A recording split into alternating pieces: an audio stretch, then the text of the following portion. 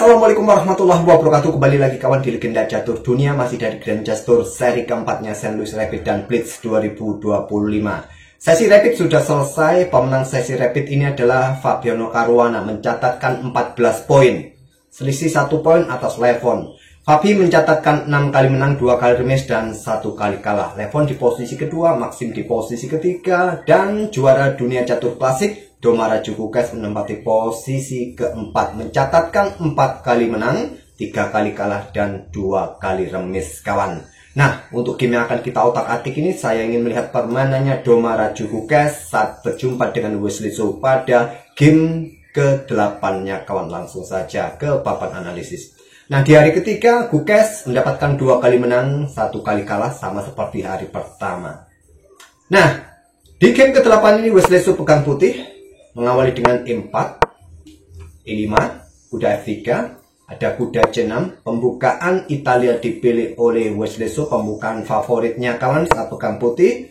Dan di sini gajah C5 Giorgio Piano dari Domara Djokovic. Rokade, kuda F6, pion D3, sukop pion E4, pion D6, selanjutnya pion C3, dan ada pion A6. Berikan tempat ruang bagi pergerakan gajah atau kontrol petak B5.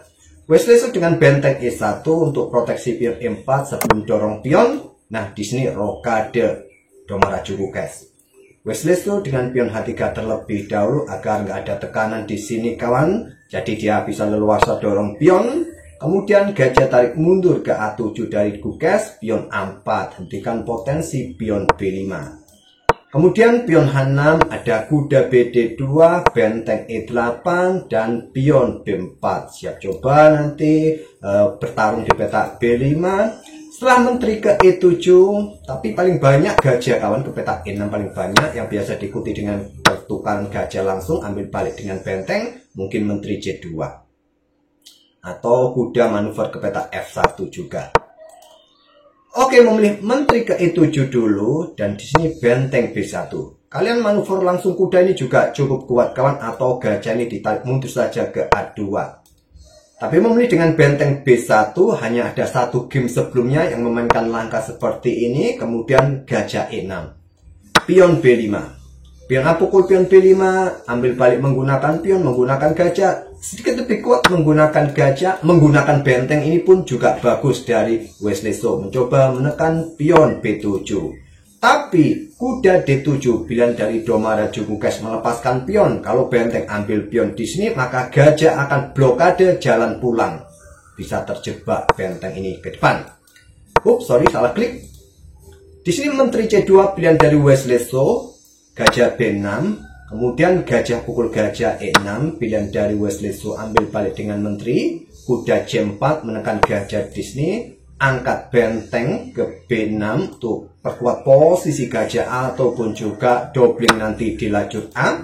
Kuda caplok gajah, ambil balik menggunakan pion. Ya, kalau menggunakan kuda pun di sini kawan, mungkin ada gajah E3, tetap mencoba mengincar lajur B ini untuk menumpukkan pion-pion hitam di lajur B. Caplok menggunakan pion C langsung oleh Domara Djokovic. Selanjutnya gajah E3, tetap menarget pion di sini. Ada benteng EA8 menarget pion yang di sini. Benteng A1, perkuat posisi pionnya dulu kawan di lajur A agar nggak jebol. Kuda E7, lanjut Domara Djokovic. Mungkin persiapan dorong pion ini kawan. Nah, di sini benteng AB1 melepaskan pion, coba beradali pion-pion yang di sini. Diterima Gukes, benteng ambil pion A4, gajah ambil pion B6, pertukaran petak B6 dilanjut dengan kuda G6, siap dibawa petak F4 kawan. Benteng ambil pion B7. Sementara Wesley So unggul 1 pion. Apakah ada 1 pion yang bisa lolos? Kita lihat saja. Kuda F4. Nah, Raja H2 berkuat posisi pion H3 karena ada potensi juga pengorbanan, jadi Raja H2 kawan. Kemudian benteng A2. Coba lihat di sini. Jadi benteng turun, blokade baris kedua. Benteng pukul benteng diterima oleh Domara Djokovic, ambil balik oleh benteng. Selanjutnya benteng A1. Di sini kuda H4 mencoba mengisi peta F5, dicegah dengan pion G6 oleh Domara Djokovic. Wesley So kembali kuda F3, Raja G7, kuda G1.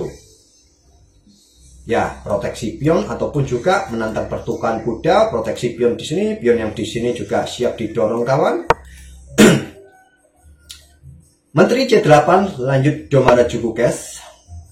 Pion G3, kuda E6, dan di sini kuda F3, Menteri A6 berkoneksi dengan benteng, juga sedang mengincar pion D3 kawan.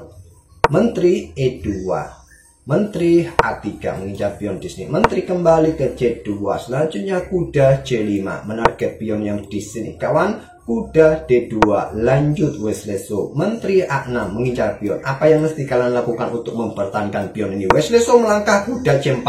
Langkah kesalahan karena kuda pukul pion E4. Nah, salah satu cara untuk mempertahankan pion ini dengan langkah kuda ke B3. Tempo ancam benteng. Ya, mau nggak mau pertukaran. Ambil balik menggunakan benteng lah ya, supaya pion ini tetap terjaga.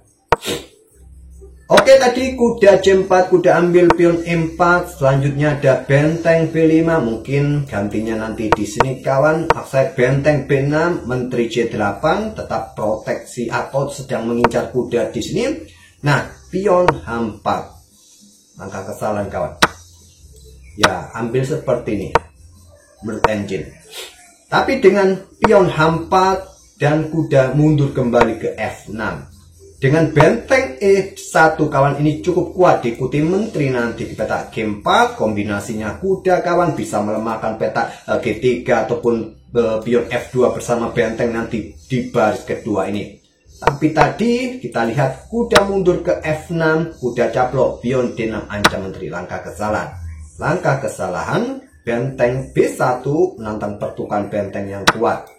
Tapi memilih ambil pion dengan kuda, tempo ancam menteri. Masalahnya menteri C5, tekan benteng, tekan kuda di sini, dan juga tekan pion yang di sini. Diikuti kuda kawan untuk mengincar pion ini nanti ke depan. Jadi menteri B1 serang benteng, juga kawal bentengnya. Masalahnya kuda G4 cek, cek kawan, tempo cek kawan.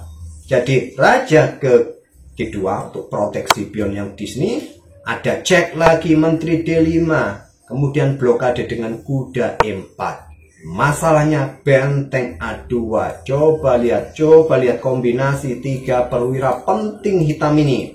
Wesleso sudah tidak bisa berkutik lagi, jadi menantang pertukar menteri. Benteng meluncur, ambil pion F2 cek, nggak bisa diambil oleh kuda karena posisinya dalam posisi kena pin. Jadi raja bergerak ke H3.